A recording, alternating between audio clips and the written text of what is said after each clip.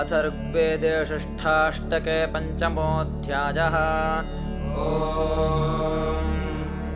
आत्मा रथयथोदये सुम्नाय वर्तयामसि तुविकूर्म्यमृतेशविन्द्रशविष्ठसत्पते तुविशुष्मतु विक्रतोषजीवो विश्वजामते आपप्राथमहित्वना यस्य ते महिना महः परिज्ञायन्तमीयतो हस्तावज्रम् हिरण्यजम् विश्वानरस्य वस्पतिमनानतस्य शवसः एवैश्चर्षणीनामोदीहुवेरथानाम् अभिष्टये सदा वृथम् स्वर्मेढेषु यन्नराः नानाहवन्त ऊतये परो मात्रमृजीशममिन्द्रमुग्रम् सुराधसम् ईशानञ्चिद्वसूनाम् त्वन्तमिद्राधसे मह इन्द्रम् चोदामि पीतये यः पूर्व्यामनुष्टुतिमीशे कृष्टीनाम् धृतुः न यस्य ते शवसा न सख्यमानम् शमर्त्याः न किश्शवांसि तेन शत त्वोताः सस्वायुजाप्सु सूर्ये महद्धरम् यजेम मृत्सु वज्रिवः तन्त्वा यज्ञेभिरेमहे तङ्गीर्भिर्गिर्वणस्तमा इन्द्र यथा चिदाविधवादेषु पुरमाय्यम् यस्य ते स्वादु सख्यम् स्वाद्वे प्रणीतिरद्रिवः यज्ञोऽपि तन्तसाय्याः पुरुणस्तन्वे एतन उरुक्षयायनस्कृति पुरुणो यन्ति जीवसे पुरुन्द्रभ्य पुरुङ्गव पुरुम्रथाय पन्थाः देववेदिम् मनामहे उपमाषड्वाद्वानरः सोमस्य हर्ष्याः तिष्ठन्ति स्वादुरातयाः रुद्राविन्द्रोत आदते हरेर्क्षस्य सूरवे आश्वमेधस्य रोहिता सुरथाङ्गातिथिग्वे स्वभीषोऽङ्ग्रार्क्षे आश्वमेधे सुपेशसः षडश्वाङ्गातिथिग्व इन्द्रो देवधूमतः स जापूतक्रतौ सनम् ऐषु चेतद्वृषण्वत्यन्तररज्रेष्वरुषे स्वभीषुः कशावते न युष्मेवाजबन्धवो निरित्सुश्च न मर्त्याः अवद्यमधिदेधरत् प्रप्रवस्त्रिष्टुभमिषम् मन्दद्वे राजेन्दवे धियावो मेधसातये पुरन्ध्या विवासते नदम् वहोदतीनान्नदम् यो युवतीनाम् पतिम् वो अग्न्यानान्धेनूनामिषुध्यसे ता अस्य सूददोहसः सोमम् श्रीणन्ति वृष्णयः जन्मन् देवानाम् विशस्त्रिष्वारोचने दिवः अभिप्रकोपतिम् गिरेन्द्रमर्चयथा विदे सोनम् सत्यस्य सत्पतिम् आहरयः ससृज्रिरे ऋषेरधिबर्हिषि यत्राभिसन्नवामहे इन्द्राय गाव आशिरन्तु दुह्रे वज्रिणे मधु यत्सेमुपह्वरे विदत् उद्यद्ब्रध्नस्य विष्टपम् गृहमिन्द्रश्च गन्वहि मध्वः पीत्वा स जेमहित्रिः सप्तसख्युः पदे अर्चत प्रार्चत प्रियमेधासो अर्चत अर्चन्तु पुत्रका उत पुरन्न धृष्मर्चत अवस्वरादिगर्गरो गोधा परिसनिष्मणत् पिङ्गापरिजनिष्कददिन्द्राय ब्रह्मोद्यतम् आयत्पदन्त्येन्यः सुदुःखा अनपस्फुरः अपस्फुरम् गृभायत सोममिन्द्राय पातवे अपादिन्द्रो अपादग्निर्विश्वे देवा अमत्सत वरुण इति हक्षयत्तमापो अभ्यनूषणवत्सं संशिष्परेरिव सुदेवो असि वरुण यस्य ते सप्त सिन्धवः अनुक्षरन्ति काकुलम् सूर्म्यम् सुशिरामिव यो व्यतीङ्ग्रभाणयत्सुयुक्ताम् उपदाशुषे तक्वो नेता तदिद्वपुरुपमायो अमुच्यत अतेतु शक्रवोहत इन्द्रो विश्वादिद्विषाः भिनत्कनेन ओदनम् पच्यमानम् परो गिरा अर्भको न कुमारकोऽधितिष्ठन्नवम् रथम् सपक्षन्महिषम् मृगम् पित्रे मात्रे विभुक्रतुम् आतो सुशिप्रदम् पते रथम् तिष्ठा हिरण्यजम् अथत्युक्षम् स चेव हि सहस्रपादमरुषम् स्वस्तिकामनेहसम् तङ्घे मित्थानमस्मिन उपस्वराजमासते अर्थम् चिरस्य सुहिरय्यते तव आवर्तयन्ति दावने अनुप्रत्नस्योकसः प्रियमेधास एषाम् पूर्वामनुप्रयतिम् वृक्तबर्हिषो हितप्रयस आशत यो राजा दर्शनीनान्यातारथेऽभिरत्रिगुः विश्वासान्तरुतापतनानाम् ज्येष्ठो यो वृत्रः गृणे इन्द्रन्तम् शुम्भपुरुहन्मन्नवसे यस्यत्पिता विधर्तरे हस्ताय वज्रः प्रतिधायिदर्शतो महोदिवेन सूर्याः न किष्टम् कर्मणा न सद्यश्चकार सदा वृथम् इन्द्रम् न यज्ञैर्विश्वकोऽर्तमृक्वसमधृष्टम् धृष्टोजसम् अषाढमुग्रम् मृतनासु सासहि यस्मिन् महेरुरुचिरयाः सन्ध्येन वो जायमाने अनो न वृद्यावहाक्षामो अनो न भुः यद्याव इन्द्रते शतम् शतम् भूमिरुतस्युः तत्त्वा वज्रिन् सहस्रम् सूर्या अनु न जातमष्टरोदसे आपप्राथमहिना वृष्ण्या वृषन् विश्वाशविष्टशवसा अस्माम् अवमघवन् गोमतिम् व्रजे वज्रिम् चित्राभिरोतिभिः न सीमते एव आपदिशन् दीर्घायो मर्त्याः एतक्वाजित्य एतशा युयोजते हरि इन्द्रो युयोजते तम् वो महो महायमिन्द्रम् दानाय सक्षणिम् यो गाथेषु य आरणेषु हव्यो वाजेष्वस्ति हव्याः उदोषुणो वसो महे मृषस्वशूरराधसे उदोषु मह्यै मघवन्मखत्तय उदिन्द्रश्रवसे महे त्वन्न इन्द्रहृदयुष्पानिलो नितृम्बसि मध्ये वसिष्मतु विनृम्णोर्वोर्निदासं शिष्णथो हथैः अन्यव्रतममानुषमयज्वानमदेवयुम् अपस्पः सखा दुधुवेतपर्वतः सुघ्नायदस्युम् पर्वतः त्वन्न इन्द्रासाम् हस्ते शविष्ठधावने धानानान्न सङ्गृभायास्मयुर्भिः सङ्गृभायास्मयो सखायः क्रतुमिच्छत कथाराधामशरस्य उपस्तुतिम् भोजः सूरिर्यो अह्रयः भूरिभिः समहर्षिभिर्बर्हिष्मद्भिस्तविष्यसे यदित्थमेकमेकमिच्छदवत्सान् पराददाः कर्णगृह्याः मघवाः शौरदेव्यो वत्सन्नस्त्रिभ्य आनयत् अजाम् सूरिर्न धातवे त्वन्नो अग्ने महोभिः पाहि विश्वस्या अरातेः उदद्विषो मर्त्यस्य महिमन्युः पौरुषे जनीषेवः प्रियजात त्वमिरसि क्षपावान् स नो विश्वेभिर्देवेभिरूर्जो न पाद्भद्रशोचे प्रयिन्देहि विश्वभारम् नतमग्ने अरातयो वर्तय्युमन्तरायः यन्त्राय सेदाश्वांसम् यन्त्वम् विप्रमेधसा तावग्ने हिनोषिधनाय सदवोति गोषुगन्धा त्वम् रयिम् पुर्वीरमग्ने जाशुषे मर्ताय प्रणो न यवस्यो अच्छा पुरुष्याणो मा परादा अघायते जातवेदः दुराध्ये मर्ताय अग्ने मागिष्टे देवस्य रातिमदेवो युजोत त्वमीशिषे वसूनाम् स नो वस्प उपमास्यूर्जो न भान्माहिनस्य सखे वसो जरितृभ्याः अच्छानः शीरशोऽजिषङ्गिरो यन्तु दर्शतम् अच्छायज्ञासो नमसा पुरो वसुम् पुरुप्रशस्तमूतये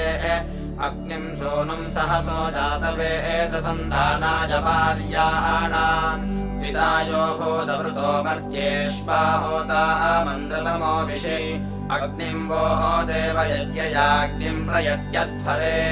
अग्निम् धेषु प्रथममग्निमर्पत्यग्निम् क्षैत्राय साधसे अग्निर्षाम् सख्ये ददातु न ईशेयो भार्याणाम् अग्निम् तोकेतनजे शश्वते महे वसुम् सन्तन्तनूपाम् अग्निमे एलिष्पापसे गाथाभिः शीरशोजिषम् अग्निम् राजे पुरुमेढः श्रुतन्नरोऽग्निम् सुवीतये छर्दिः अग्निम् द्वेषो योतवैनो गृणीमस्यग्निम् संयोश्च दातवे विश्वासु विक्ष्वविदेव हव्यो भुवद्वस्त्वदर्शोणाम् अविष्कृणुध्वमागमदत्पर्युर्वनते पुनः विद्वाङ्गस्य प्रशासनम् यदिग्ममभ्या अंशुंसि दद्धोता मनावधे युषाणो अस्य दक्षम् अन्तरिच्छन्ति रञ्जने रुद्रम् परो मनीषया गृह्णन्ति जिह्वया आससम् जाम्यतेतपेधनुर्वयोधा अरुहद्वनम् दृढतम् जिह्वयावधेत चरन् वत्सोरुषन्निहनिदातारन्न विन्दते वेदिस्तोतव अम्ब्यम् उतोऽन्वस्य यन्महदश्वावद्योजनम् बृहत् दावारथस्य ददृशे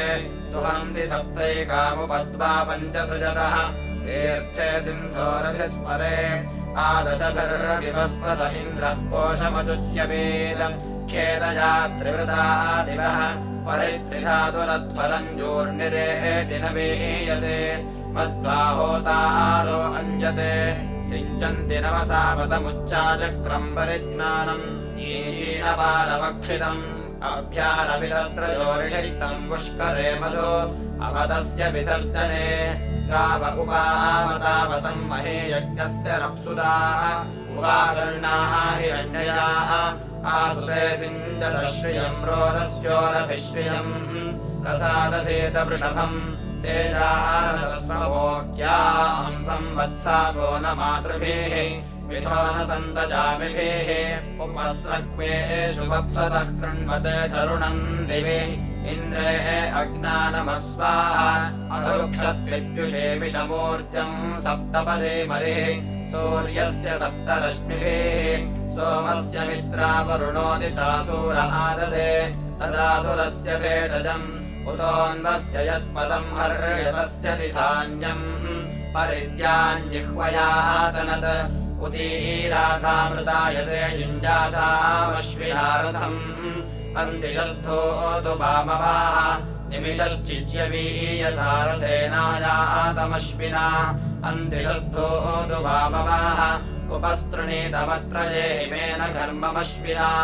अन्तिशद्धोतु वामवाः कुहस्थः कुह जग्मथुः कुहश्येनेव वेदथुः अन्तिशद्धोतु वामवाः यदत्यकर्हि कर्हि जिच्छुश्रूयातमिमम् हवम् अन्तिशद्धोतु वामवाः अश्विनायामहूतमाने तिष्ठञ्जाम् व्याप्यम् अन्तिशद्धोतु वामवाः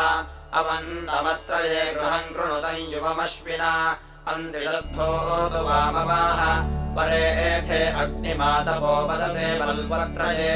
अन्तिशद्धोतु वामवाः प्रसप्तवध्रिराशसाधारामग्नेरशायत अन्तिशद्धोतु वामवाः इहागतम् वृषण्वसो शृणुतम् इमम् हवम् अन्तिशद्धोतु वामवाः किमिदम् वाम् पुराणवज्जरतोरिवशस्यते अन्तिशद्धोतु वामवाः सुवानम् वाम् सजात्यम् समानो बन्धुरश्विना अन्तिशद्धोतु वामवाः यो वाम् व्रजांस्यश्विना रथो वियातिरोदसे अन्तिशद्धोतु वामवाः आनो गव्येभिरश्वैः सहस्रैरुपगच्छतम् अन्तिशद्धोतु वामवाः मानो गव्येभिरश्वैः सहस्रेभिरतिक्षतम् अन्तिशद्धोतु वामवाः अरुणम् सुरुषा अबोधगर्ज्योतिरृतावरे अन्तिशद्धोतु वामवाः अश्विनासु विनाकशद्वृक्षम् परशुमाम् इव अन्तिशद्धोतु वामवाः पुरन्न धृष्णवारुजकृष्णया बाधितो विशा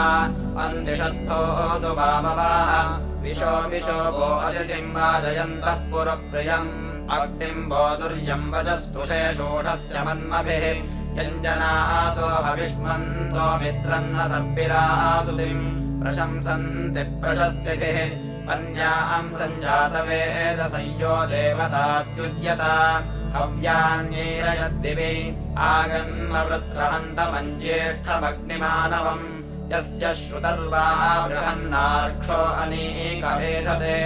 अमृतम् जातवेदसन्तिरस्तमांसि दर्शतम् कृताहवनमेड्यम् सबाधो यञ्जना इमे एग्निम् हव्येभिरीडते दुह्वानासो यतः सृजः हियन्ते नव्यसे मतिरग्ने अथा यस्मदा मन्द्रसुजातसुक्रतो मोरदस्मातिथे सा ते अग्ने शन्तमाजनिष्ठा भवतु प्रिया त्वया वर्धस्व सुष्ठुतः साद्युम्नैर्द्युम्निने बृहदुपोपश्रवसि श्रवाः दधेतवृत्रतूर्ये अश्वमिद्गाम् रथप्रान्तेषमिन्द्रन्न सत्पतिम् यस्य श्रवांसि दूर्वथपन्यम् पन्यम् च कृष्णजाः गोपवनो गिराजनिष्ठदग्ने अङ्गिरः सपावकश्रुतेहवम् यन्त्वा जनाः सलीलते सपाधो वाजसातजे सपोधिवृत्रतूर्ये अहम् भुवान आर्क्षे श्रुतर्पणिमदच्युते श्रद्धांसे वस्तु गाविनाम् रक्षा शीर्षा चतुर्णा माञ्चत्वार आशवश्रविष्ठस्य द्रवित्नवाः सुरथासो अभिप्रयो भक्षन्वयो न तुग्र्यम् सत्यमिद्वामहेन दिवरुष्ण्यवदे दिशम् नेमापो अश्वदादरश्रविष्ठादस्ति मर्त्याः युक्ष्वाहि देवहूतमाम् अश्वाम् अग्ने रचेरिव निहोताः पूर्व्यः सदः उत नो देवदेवाम् गच्छावोचो विदुष्टरः श्रद्विश्वा भार्या कृते त्वम् अयज्ञविष्ठसहसः सूरबाहुत प्रतापायज्ञयो भुवाः अयमग्निः सहस्रिणो वाजस्य शतिनस्पतेः मूर्धा कवीरजीणाम् तन्नेमि प्रभवो यथा नमस्पसहोतिभिः नेदेयो यज्ञमङ्गिरः तस्मै नूनमभिद्यवे वाचाभिरोमनित्यया कृष्णे जोदस्वसुष्टुतिम् कमुष्मिदस्य सेनयाग्नेरपाकचक्षसः मणिङ्गोषस्तरामहे मानो देवानाम् विषः प्रस्नातेरिवोऽस्राः कृषन्नः सुरज्ञाः मानः समस्य दूढ्या अपरिद्वेषसो अम्हतिः ऊर्मिर्ननावमावधेत नमस्ते अग्न ओजसे गृह्णन्ति देवकृष्टजाः अमयीरमित्रमर्दय उवित्सु नो गविष्टयेऽग्ने संवेशिषो रजिम् उरुवृदुर्णस्कृति मानो अस्मिन्महाधने परावर्गारभृद्यथा संवर्गम् संरयुञ्जय अन्यमस्मद्भिया इयमग्ने सिषक्तु तुच्छुनाः वर्धानो अमवच्छवाः यस्यादुषन्नमस्मिनः शमेव दुर्मखस्य वा तङ्गेरग्निर्वृथावते परस्या अधिसम्पतो वराम् अभ्यातर यस्त्राहमस्मिताम् अव विद्माहिते पुरा वयमग्ने पितुर्यथावसः अधारे सुम्नवीमहे इमन्नु वाजिनम् भुव इन्द्रमीशा नमोजसा मरुत्वन्तन्नवृञ्जसे अयमिन्द्रो मरुत्सखाविवृत्रस्याभिरच्छिराः वज्रेण शतपर्वणा वावृधानो मरुत्सखेन्द्रो विवृत्रमैरयत् सृजन् समुद्रिया अपः अयम् हयेन वा इदम् स्वर्मरुत्तरायितम् इन्द्रेण सोमपीतये मरुत्वन्तमृजेषिणमोजस्वन्तम् विरप्शिनम् इन्द्रम् गीर्भिर्हवामहे इन्द्रम् रत्नेन मन्मना मरुत्वन्तम् हवामहे अस्य सोमस्य पीतये मरुत्वाम् इन्द्रमेध्वः पिबा सोमम् शतक्रतो अस्मिन् यज्ञे पुरुष्टुत तुभ्येदिन्द्रमरुत्पते सुताः सोमासो अद्रिवः हृदाहूयन्त उक्खिनाः पिबेदिन्द्रमरुत्सखा सुतम् सोमम् दिविष्टिषु वज्रम् शिशा न ओजसा उत्तिष्ठन्नोजसा सह पीत्वे शिप्रे अवेपयः सोममिन्द्रचमो सुतम् अनुत्वा रोदसे उभे क्रक्षमाणमकृपेताम् इन्द्रयत्रस्युहाभवः वादमष्टापदे महन्नवस्रक्तिवृतस्पृशम् इन्द्रात्परितन्वम् ममे यज्ञानोऽनुशतक्रतुर्विपृच्छति मातरम् क उग्राः केह शृण्विरे आदेयम् शवस्य प्रपेदौर्णवाभमहे शुभम् ते पुत्रसन्तु निष्ठुराः सवित्तान् वृत्रहाखिदध्ये अराङ्गिव खेदय प्रवृद्धोदस्युहाभवत् एकया प्रतिथा विमत्साकम् सरांसि 30 इन्द्रः सोमस्य काणुका अभिगन्धर्वमदृणदबुद्धेषु रजस्वा इन्द्रो ब्रह्मभ्यविद्वृधे निराविध्यद्गिरिभ्यः धारयत्तक्कमोदरम् इन्द्रो बुन्दम् स्वादतम् शतप्रध्वनिषुस्तव सहस्रवर्ण एकवित् यमिन्द्रजगृषेयुजम् तेन स्तोत्रभ्य आभरनृभ्यो नारिभ्यो अत्तवे सद्यो जातर्पुष्ठिर एताच्चौत्नानि ते कृता वर्षिष्ठानि परेण सा कृता वेड्वधारयः विश्वेत्ता विष्णुराभरदुरुक्रमस्पेषितः शतम् महिषाम् क्षेरपाकमोदनम् वराह इन्द्र एमुषम् वीक्षन्ते सुकृतम् सोमयन्धनः साधुर्पुन्दो हिरण्यजाः उभाते बाहोरण्यासु संस्कृतऋतोपेशिऋतो वृथा पुरोडाशन्नो अन्धस इन्द्रसहस्रमाभर शता च शूरकोनाम् आनो अभरव्यञ्जनङ्गामश्वमभ्यञ्जनम् सदा मना हिरण्यजा उत नः कर्णशोभना पुरोणि कृष्णवाभर त्वम् हिरण्विषेवसो न के इमृधेक इन्द्रतेन सुषान सुधा उत नान्यस्पच्छोरवागताः न केमिन्द्रो निकर्तवेन शक्रः परिशक्तवे विश्वम् शृणोति पश्यति समन्यम् मर्त्यानामदब्धो निचिकीषते पुरा निदश्चिकीषते कृत्व इत्पूर्णमुदरम् दुरस्यास्तु विधतः वृत्रघ्नः सोमपाम्नाः देवसो निसङ्गता विश्वाजसोमसौभगा सुधात्वपरिहृता वाविद्यपयुर्ममगामो गव्युर्हिरण्ययोः वामश्वयुरेषते तवेदिन्द्राहमाशसाहस्ते दात्रम् च नादते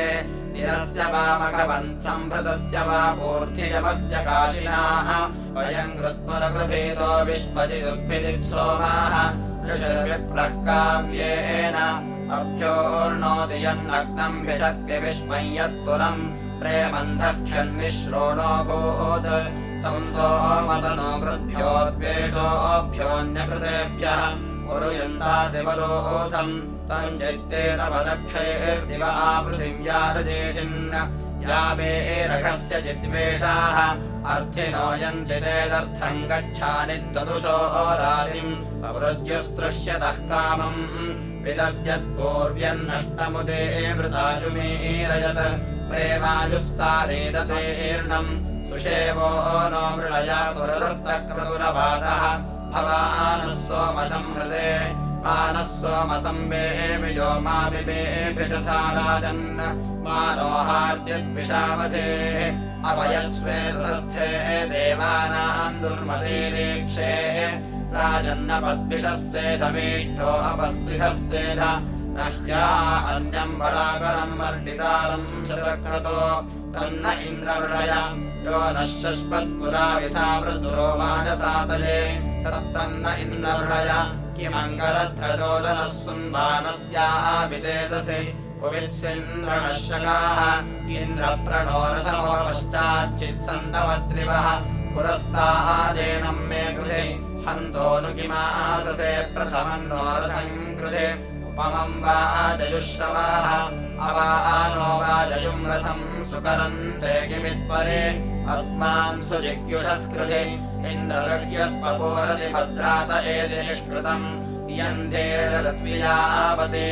मासे एमवद्य आभा गुर्वे काष्ठाहितम् धनम् अपावृक्ता अरत्नयाः त्वरेयन्नामयज्ञयै यदाकरस्तदुष्मसे आदित्वतिर्न ओहसे अवे वृथद्वो अमृता अमन्देदे कर्त्योर्ते वा उदयाश्च देवेः तस्मा उराधः कृणुत प्रशस्तम् प्रातर्मक्षोधियावसुर्जगम्यात् आदो न इन्द्रक्षुमन्तम् चित्रम् ग्राभम् सङ्ग्रभाय महाहस्ते दक्षिणेन विद्माहित्वा आदुविकूर्मिन् तुविदेष्टम् तुविमघम् तुविमात्रमवोभिः प्रहित्वा शूरदेवानमर्ता सोदित्सन्तम् हेमन्नगाम् वारयन्ते एतोऽन्विन्द्रम् स्तवामेषानम् वस्वस्वराजम् नराधसामर्त्यषन्नः प्रस्तोषदुपगासि शच्छ्रवत्सामगीयमानम् अभिराधसा जुगुरत्